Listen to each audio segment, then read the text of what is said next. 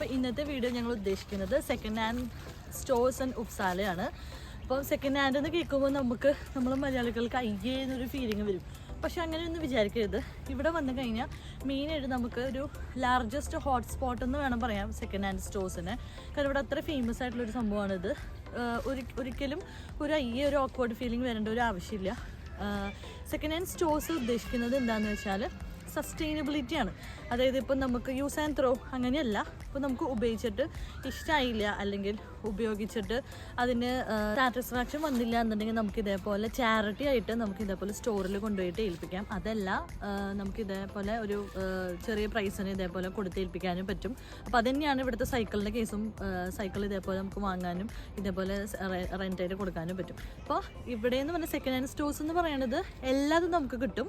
ഭയങ്കര ചീപ്പസ്റ്റ് പ്രൈസസിലായിരിക്കും കിട്ടുക. അതായത് നമ്മളിപ്പം റിയൽ പ്രൈസിന് മേടിക്കുന്നതിനേക്കാളും ആ ഒരു സംഭവം എനിക്കൊരു ജാക്കറ്റ് ആണെന്നുണ്ടെങ്കിൽ അതെന്ന് പറയുന്നത് നമുക്കൊരു അത്രയും ചീപ്പസ്റ്റ് പ്രൈസിൽ അതേ ഏകദേശം ആ ഒരു ക്വാളിറ്റിയിൽ തന്നെ നമുക്ക് സെക്കൻഡ് ഹാൻഡ് മാർക്കറ്റ്സിൽ നമുക്ക് അവൈലബിൾ ആയിരിക്കും. അപ്പോൾ ജാക്കറ്റ്സ് മാത്രമല്ല, ജ്വല്ലറീസ് ഉണ്ട്, ക്ലോത്തിങ്, പിന്നെ യുട്ടൻസിൽസ് ഉണ്ടായിരിക്കും, കട്ട്ലറീസ് എല്ലാം. അതായത് A to Z ആയിട്ടുള്ള സാധനങ്ങൾ നമുക്ക് ഇതേപോലെ സെക്കൻഡ് ഹാൻഡ് സ്റ്റോഴ്സിൽ അവൈലബിൾ ആയിരിക്കും. അപ്പോൾ ഡയറക്റ്റ് നമുക്ക് ആ സ്റ്റോറിൽ വിസിറ്റ് ചെയ്ത് നമുക്ക് സാധനങ്ങൾ എന്താണ് വേണ്ടതെന്ന് വെച്ചാൽ നമുക്ക് കറക്റ്റ് ആ ഒരു ചോയ്സിനനുസരിച്ച് സെലക്ട് ചെയ്തിട്ട് നമുക്ക് ആ ഒരു ചീപ്പസ്റ്റ് പ്രൈസിലൊക്കെ നമുക്കത് വാങ്ങിക്കൊണ്ട് പോകാവുന്നതേ ഉള്ളൂ. അപ്പോൾ ഇതേപോലെ ഫാമിലി ആയിട്ടാണെങ്കിലും അതല്ല ഇൻഡിവിജ്വൽ ആയിട്ടാണെങ്കിലും നമുക്ക് ഇതേപോലെ അവൈലബിൾ ആയിട്ടുള്ള സാധനങ്ങളായിരിക്കും മെയിനായിട്ട് അവിടെ ഉണ്ടായിരിക്കാം. അപ്പോൾ പുതിയതായിട്ട് വരുന്ന കുട്ടികൾക്ക് ഉള്ളൊരു ഇൻഫോർമേറ്റീവ് വീഡിയോ ആണിത്.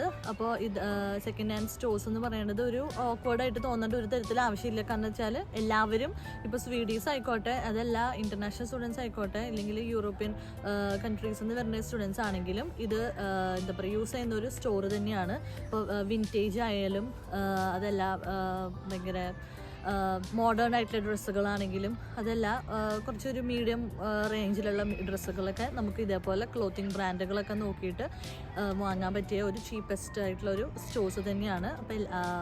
അപ്പോൾ ഇവിടെ എന്ന് പറഞ്ഞാൽ ഉപ്സാലയിൽ ഒരു 3-4 സ്റ്റോഴ്സുകളുണ്ട്. അപ്പോൾ അതിൽ ഞങ്ങൾക്ക് ഇഷ്ടപ്പെട്ടതിൽ ഏതൊക്കെയാണ് നല്ലത് എന്നുള്ളതും അതിൻ്റെ പോസിറ്റീവ്സും നെഗറ്റീവ്സും പിന്നെ അവിടുത്തെ പ്രത്യേകതകൾ എന്താണെന്നുള്ളതും ഞങ്ങൾ ഈ വീഡിയോയിൽ കൂടെ ഉദ്ദേശിക്കുന്നത്. അപ്പോൾ നമുക്കത് കണ്ടു നോക്കാം. അപ്പോൾ മുന്നേ പറഞ്ഞിരുന്ന പോലെ തന്നെ സെക്കൻഡ് ഹാൻഡ് സ്റ്റോഴ്സിൻ്റെ മെയിൻ ഒരു മോട്ടോ എന്ന് പറയുന്നത് തന്നെ ഷോപ്പ് സസ്റ്റൈനബിളി ആണ്. അതായത് യൂസ് ചെയ്തിട്ട് നമ്മൾ ത്രോ ചെയ്യുകയല്ല, നമ്മളതിനെ വീണ്ടും റീയൂസ് ചെയ്യുക എന്നുള്ളതാണ്. അങ്ങനെ ഒരു സീറോ വേസ്റ്റേജിലോട്ട് എത്തിക്കാം എന്നതാണ് ഒരു പ്രൈമറി എയിം. അപ്പോൾ ഞങ്ങളൊരു 4-5 പ്ലേസസ് കവർ ചെയ്തു. അപ്പോൾ അതിലൊരെണ്ണമാണ് ഇതേപോലെ ഓട്ടർ ബ്രിക്കറ്റ് എന്ന് പറയുന്നത്. അപ്പോൾ സ്വീഡിഷ് ഫ്രീ ആയിട്ട് നമുക്ക് പഠിപ്പിച്ചു തരുന്ന ഒരു ഇൻസ്റ്റിറ്റ്യൂഷൻ ഉണ്ട്, SFE. അതിൻ്റെ തൊട്ടടുത്ത് വരുന്ന ഒരു ബിൽഡിംഗ് ആണിത്. അപ്പോൾ ഇതിൽ നമുക്ക് കുറേ സംഭവങ്ങൾ ഇതേപോലെ കാണാൻ പറ്റും. ഒരു ഓൾ ഇൻ വൺ സ്റ്റോറാണിത്. അപ്പോൾ ഓട്ടർ ബ്രിക്കറ്റിനെ പറ്റി പറയുകയാണെന്നുണ്ടെങ്കിൽ ഉപ്സാല വാറ്റൻ ആയിട്ടാണ് ഇവരൊരു കൊളാബറേഷൻ നടത്തിയിരിക്കുന്നത്. അപ്പോൾ ഇവിടെ എന്ന് പറഞ്ഞാൽ റീസൈക്ലിംഗ് സെൻറ്റേഴ്സിൽ ഇതേപോലെ ഐറ്റംസ് കൊണ്ടുപോയിടും. അപ്പോൾ അങ്ങനെ റീയൂസബിൾ ആയിട്ടുള്ള ഐറ്റംസ് കളക്ട് ചെയ്തിട്ടാണ് ഇവർ പിന്നീട് സെല് ചെയ്യുന്നത്. പെർ മാർക്കറ്റ് പ്രൈസസിലായിരിക്കും ഇവർ എല്ലാ സ്റ്റോഴ്സും അങ്ങനെ തന്നെയാണ് മാർക്കറ്റ് പ്രൈസസിലായിരിക്കും അവൈലബിൾ ആവുക. അപ്പോൾ ഇതേപോലെ ഫേർണിച്ചേഴ്സും interior design, glass vase, utensils, പിന്നെ നല്ല ക്യൂട്ടായിട്ടുള്ള കപ്സ്, പിന്നെ വൈഡ് വെറൈറ്റി ഓഫ് ടോയ്സും ടൂൾസൊക്കെ നമുക്ക് ഈ ഒരു സ്റ്റോറിൽ അവൈലബിൾ ആയിരിക്കും. അപ്പോൾ ഇതേപോലെ ട്രാൻസ്പോർട്ടേഷൻ അതൊന്നും ഇവർ പ്രൊവൈഡ് ചെയ്യില്ല. അപ്പോൾ നമ്മൾ തന്നെ ചെയ്യണം. അപ്പോൾ ഒരു 1 hour നമുക്ക് ഇതേപോലെ അവിടെ വെച്ചിട്ട് പിന്നീട് നമുക്ക് അത് ട്രാൻസ്പോർട്ടേഷൻ ചെയ്യാവുന്നതേ ഉള്ളൂ. അപ്പോൾ ഇതേപോലെ നമുക്ക് ഗ്ലാസ് വെയർസ് അല്ലെങ്കിൽ ഇങ്ങനത്തെ കപ്സൊക്കെ വാങ്ങുകയാണെന്നുണ്ടെങ്കിൽ നമുക്ക് ഇതേപോലെ സേഫായിട്ട് എത്തിക്കാനുള്ള ഓപ്ഷൻ ഉണ്ട്. പിന്നെ നമ്മൾ പോയത് എറിക് ഷാൽപ്പനിലേക്കാണ്. അപ്പോൾ അതിന് കൂടുതൽ ക്രൗഡ് ഉണ്ടായിരുന്നു ഇന്ന്. കാരണം വെച്ചാൽ ഞങ്ങൾ പോയിരുന്നത് ഒരു സാറ്റർഡേ ആയിരുന്നു. അപ്പോൾ ഓൾമോസ്റ്റ് എല്ലാവരും വരുന്ന ഒരു സമയമായിരുന്നു ഇത്, വീക്കെൻഡ്സിൽ. അപ്പോൾ ഇവിടുത്തെ എറിക് ഷാൽപ്പൻ്റെ ഒരു പ്രത്യേകത എന്താണെന്ന് വെച്ചാൽ എല്ലാം ഓട്ടർ ബ്രിക്കറ്റ് പോലെ തന്നെ എല്ലാതും നമുക്ക് കിട്ടും. പക്ഷേ ഓട്ടർ ബ്രിക്കറ്റിനെക്കാളും വെറൈറ്റി ആയിട്ടുള്ള സംഭവങ്ങളായിരിക്കും ഇവിടെ ഉണ്ടായിരിക്കുക. അപ്പോൾ ഇതേപോലെ ഫേർണിച്ചേഴ്സും ഹൗസ് ഹോൾഡ് ആയിട്ടുള്ള ഗുഡ്സും clothes, books, electronics, toys, sports equipments, textiles, shoes, അങ്ങനെ കുറേ സംഭവങ്ങൾ നമുക്ക് ഇവിടെ അവൈലബിൾ ആയിരിക്കും. അവിടെ നമ്മൾ ഓട്ടർ ബ്രിക്കറ്റിൽ കണ്ട സംഭവങ്ങൾ തന്നെ ആവണമെന്നില്ല, ഇവിടെയും വരാം. അതായത് ഓരോ സ്റ്റോറിലും ഓരോ രീതിയിലായിരിക്കും. അതേപോലെ തന്നെ ഇവിടുത്തെ ഒരു വെറൈറ്റി സംഭവം എന്താണെന്ന് വെച്ചാൽ ഒരു ചെറിയൊരു എറിക്സ് കഫേയും നമുക്കിവിടെ അങ്കിൾ എറിക്സ് കഫേ ഇവിടെ അവൈലബിൾ ആയിരിക്കും സ്റ്റോറിൻ്റെ ഉള്ളിൽ തന്നെ. അപ്പോൾ ഇതേപോലെ വെറൈറ്റി ഓഫ് ടെക്സ്റ്റൈൽസ്, അതായത് നമുക്ക് കേർട്ടൻ്റെ ക്ലോത്ത് ആണെങ്കിൽ ബെഡ്ഷീറ്റ്സ്, പില്ലോ കവേഴ്സൊക്കെ നമുക്ക് ഇവിടുന്ന് പർച്ചേസ് ചെയ്തിട്ട് പോകാൻ പറ്റും. പിന്നെ ഇവർക്ക് ഒരു ഡൊണേഷൻ റിസപ്ഷനും അവൈലബിൾ ആണ്. അതായത് നമ്മളിപ്പം വിസിറ്റേഴ്സ് കയറി വരുന്ന എൻട്രൻസിൻ്റെ ലെഫ്റ്റ് സൈഡിൽ തന്നെ ഇതേപോലെ ഒരു ചെറിയൊരു ഓപ്പണിംഗ് ആയിട്ട് ഇവിടെ റിസപ്ഷനും ഡൊണേഷൻ റിസപ്ഷനും അവൈലബിൾ ആണ്. അപ്പോൾ നമുക്ക് ഇതേപോലെ പോയിട്ട് വിസിറ്റ് ചെയ്ത് ഇതേപോലെ സംഭവങ്ങൾ ഇതേപോലെ നമുക്ക് ഡൊണേഷനും ചെയ്യാനായിട്ട് പറ്റും.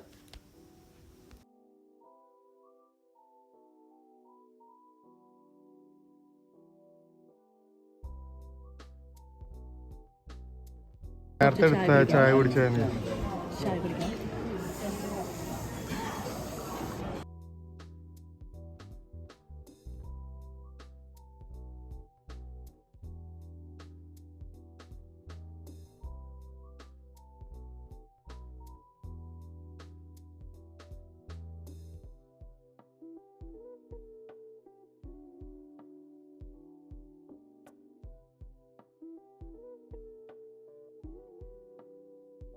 നെക്സ്റ്റ് ഞങ്ങൾ വിസിറ്റ് ചെയ്യാൻ പോയത് തൊട്ടപ്പുറത്ത് തന്നെയുള്ള റെഡ് ക്രോസിലോട്ടാണ്.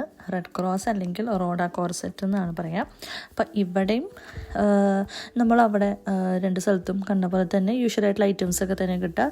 അതല്ലാണ്ട് വെറൈറ്റി ആയിട്ട് ഐറ്റംസ് പറയുകയാണെന്നുണ്ടെങ്കിൽ പെയിൻറ്റിങ്സ്, കാർപ്പറ്റ്സ്, ജ്വല്ലറി, ടൈൽസ്, അങ്ങനത്തെ സംഭവങ്ങളൊക്കെ നമുക്ക് കൂടുതലായിട്ട് ഇവിടെ കാണാനായിട്ട് പറ്റും.